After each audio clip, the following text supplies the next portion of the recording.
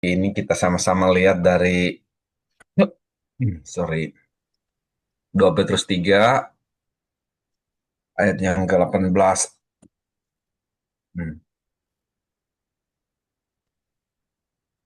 Dikatakan seperti ini, firman Tuhan, tetapi bertumbuhlah dalam kasih karunia dan dalam pengenalan akan Tuhan dan Juru Selamat kita, Yesus Kristus. Baginya kemuliaan sekarang dan sampai selama-lamanya. Ya, jadi hari ini kita mau belajar dari ayat ini, tetapi bertumbuhlah dalam kasih karunia dan dalam pengenalan akan Tuhan dan Juru Selamat kita Yesus Kristus bagi kemuliaannya sekarang dan sampai selama-lamanya. Bapak Ibu yang dikasihi oleh Tuhan, hari ini kita mau belajar dari ayat ini untuk mengevaluasi, ya, mengevaluasi pertumbuhan iman kita, mengevaluasi langkah praktis untuk setiap kita. Ya. Setelah sekian dari sudah 19 hari ini tanggal 19 ya, kurang lebih setengah bulan kita belajar tentang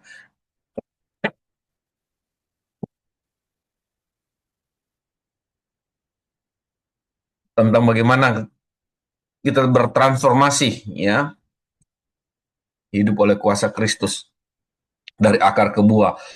Nah, ada beberapa hal yang perlu kita evaluasi dalam hidup kita kait bagaimana pertumbuhan kita. Kalau kita lihat di Efesus 4 ayat yang kelima,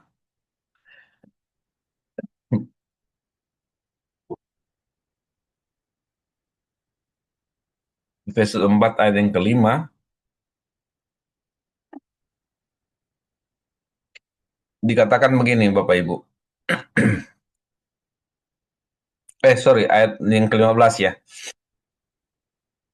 Tetapi dengan teguh berpegang kepada kebenaran di dalam kasih, kita bertumbuh di dalam segala hal ke arah Dia, Kristus yang adalah kepala. Nah, Bapak Ibu, sudah sampai di mana pertumbuhan kita? Ya. Tuhan mau kita terus bertumbuh, tapi pertumbuhan kita itu harus mengarah, ya, mengarah kepada Kristus dalam segala hal. Kita harus bertumbuh dalam segala hal ke arah Dia yang adalah kepala. Jangan kita bertumbuh ke arah yang lain. Seringkali kita akan belok, seringkali kita akan hilang arah kalau kita gagal fokus dalam pertumbuhan kita.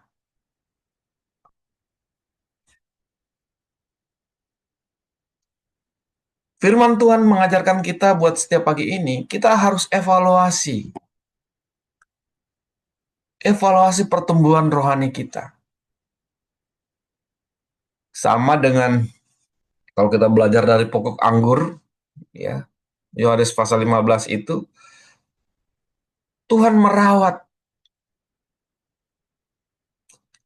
pohon anggur itu supaya dia bisa berbuah semakin banyak.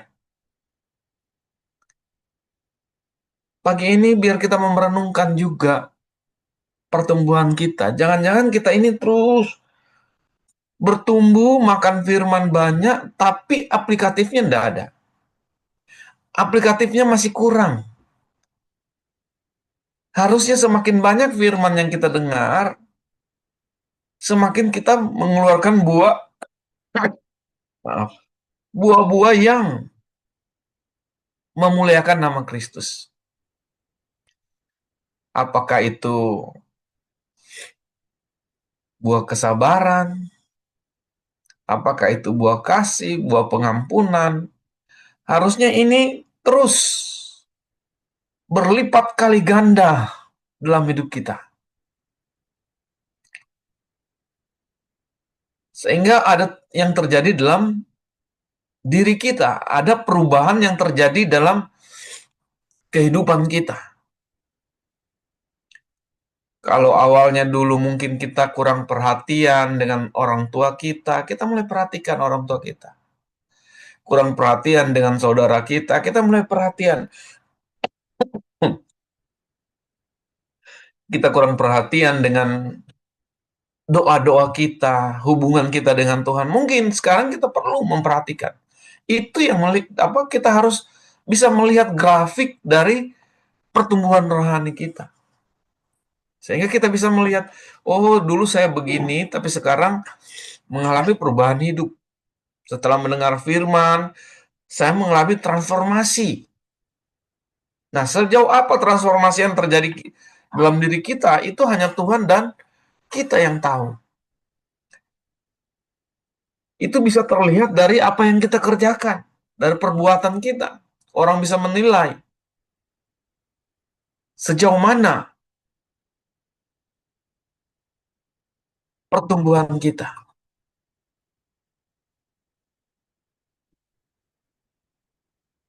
Lalu Lukas 2 ayat 52, sana dikatakan Yesus makin bertambah besar dan bertambah hikmatnya dan besarnya dan makin dikasihi oleh Allah dan manusia. Harusnya, saudara, dalam pertumbuhan rohani kita, saudara, makin banyak orang yang sayang sama kita. Hubungan kita dengan Tuhan makin terasa, gitu ya. Hikmat kita makin bertambah. Jangan sampai kita sudah bertahun-tahun jadi orang Kristen, mengenal Kristus, tetapi cara kita berpikir, cara kita memandang kebenaran, itu berbeda dengan orang yang baru kemarin bertobat. Mereka begitu sungguh-sungguh, begitu berapi-api. Nah, kalau itu yang terjadi, mungkin kita perlu bertanya dalam diri kita. Perlu kita kembali mengevaluasi pertumbuhan kita. Jangan sampai yang terdahulu jadi terkemudian gitu. Kita yang dahulu awalnya semangat, tiba-tiba down, makin hari makin mundur, makin mundur. Orang yang baru begitu melejit, pertumbuhan rohani mereka, semangat mereka, baik dalam segala hal, bertumbuh ke arah Dia. Dalam hal pengampunan tetap bertumbuh kepada Kristus, dalam hal apalagi beribadah tetap bertumbuh kepada Kristus. Fokusnya semua Kristus, termasuk dalam hal memberi diri, memberi uang, harta, kekayaan, semuanya kita arahkan kepada Kristus. Jangan salah fokus.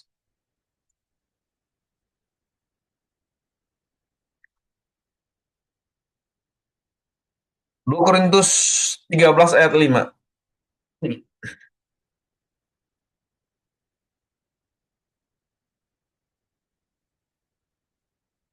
2 Korintus 13 ayat 5 dikatakan begini, ujilah dirimu sendiri, apakah kamu tetap tegak di dalam iman? Selidikilah dirimu, apakah kamu tidak yakin akan dirimu bahwa Kristus Yesus ada di dalam diri kamu? Sebab kamu tidak, sebab jika tidak demikian, kamu tidak tahan uji. Ujilah dirimu. Salah satu hal yang bisa mengevaluasi diri kita, kita menguji diri. Apakah kita ini tetap teguh di dalam iman, tetap tegak di dalam iman? Rasul Paulus sampaikan kepada zaman Korintus, selidiki dirimu. Nggak usah lihat orang lain, nggak usah bandingkan dengan orang lain, tapi lihat diri kita. Bagaimana sih pertumbuhan saya?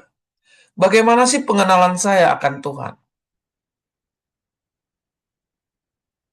Bagaimana sih buah-buah yang keluar dari hidupku? Apakah semuanya itu boleh menyenangkan hati Tuhan? atau hanya menyenangkan keinginan daging kita? Ujilah, ujilah dirimu. Bukan Tuhan yang uji. Kita yang perlu menguji. Kalau dalam firman Allah yang hidup dikatakan, ujilah diri saudara, apakah saudara benar-benar orang Kristen? Apakah saudara lulus dalam ujian itu? Apakah saudara makin lama makin merasakan kehadiran dan kuasa Kristus di dalam saudara? Nah, kalau semakin hari semakin kita tidak merasakan kuasa Kristus dalam diri kita, itu adalah hal yang keliru. Sebabnya kita perlu mengevaluasi.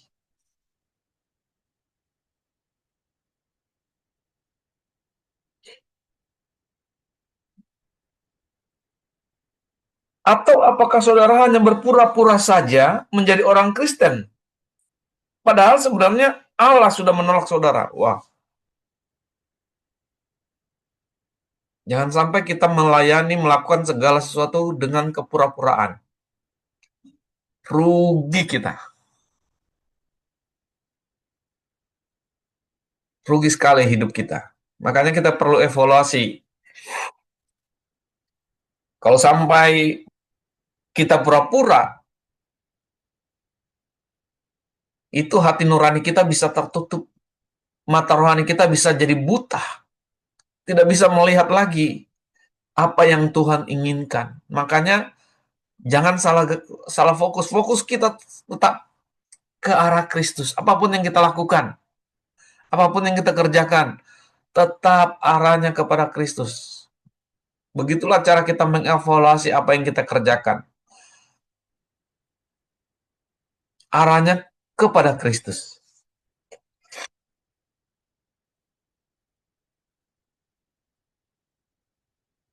Filipi 3 ayat 12 sampai 15 kita lihat.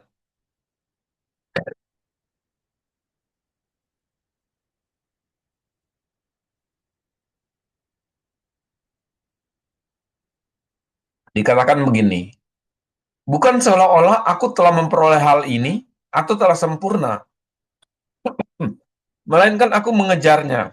Kalau-kalau aku dapat juga menangkapnya, karena aku pun telah ditangkap oleh Kristus. Bapak Ibu yang dikasih oleh Tuhan, Rasul Paulus dengan segala kebesarannya, saudara, dia berkata, bukan seolah-olah aku telah memperoleh hal ini atau telah sempurna, melainkan aku mengejarnya. Ada usaha dalam diri kita, dalam pertumbuhan rohani kita, dalam transformasi. Dari kita mengenal firman sampai kita mengeluarkan buah-buah yang menyenangkan hati Tuhan. Paulus bilang, aku belum sempurna. Sama, kita juga belum sempurna. Tetapi Paulus mengejarnya.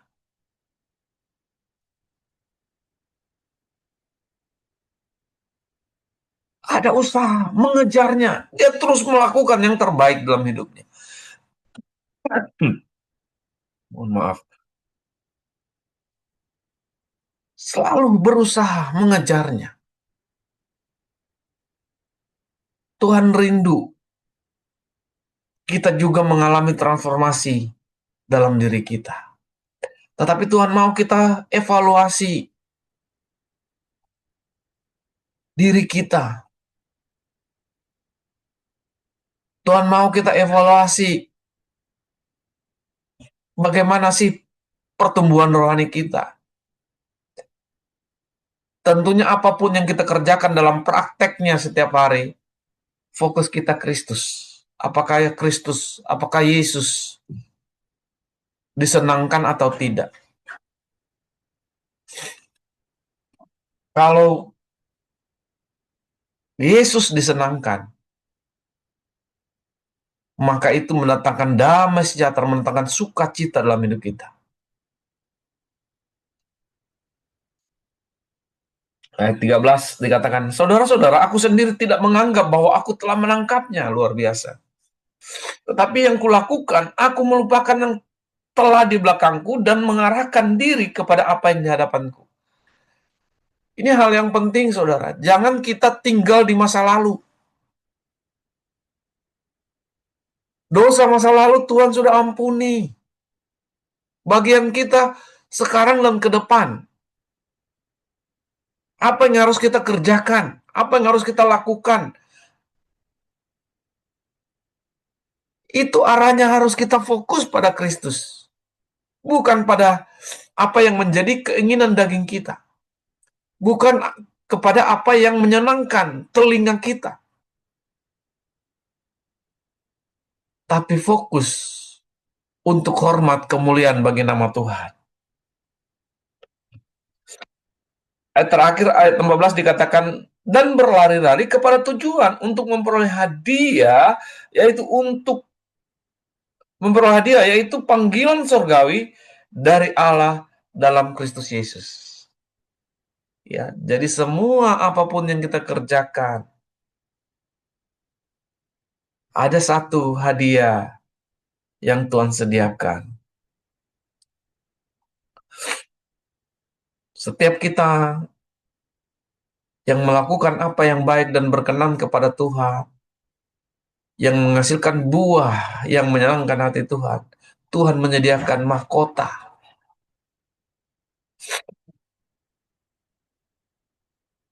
Tuhan menyediakan mahkota. Paulus bilang, aku berlari-lari kepada tujuan itu. Pagi ini biarlah kita merenungkan, kita evaluasi.